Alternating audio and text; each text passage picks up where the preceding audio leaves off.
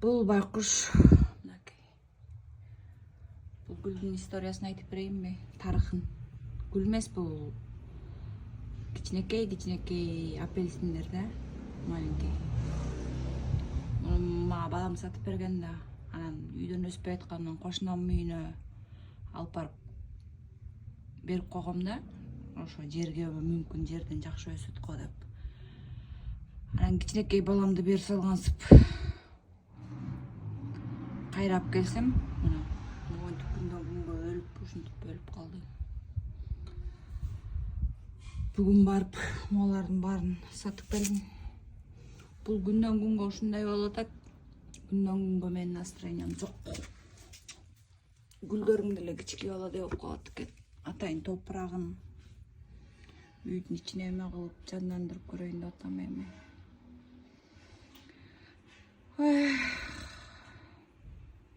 Жап-жашыл сонун болчу. Кошунам үйүндө деле өскөн жок, анан өзүмөн өзүм эле бир кызыктай болуп эле, баламды берип салгандай болуп эле, кичике баладай эле болуп калат экен да гүл деле. Бак. Ошо кийин өстү же өскөн жок деп айтып берем.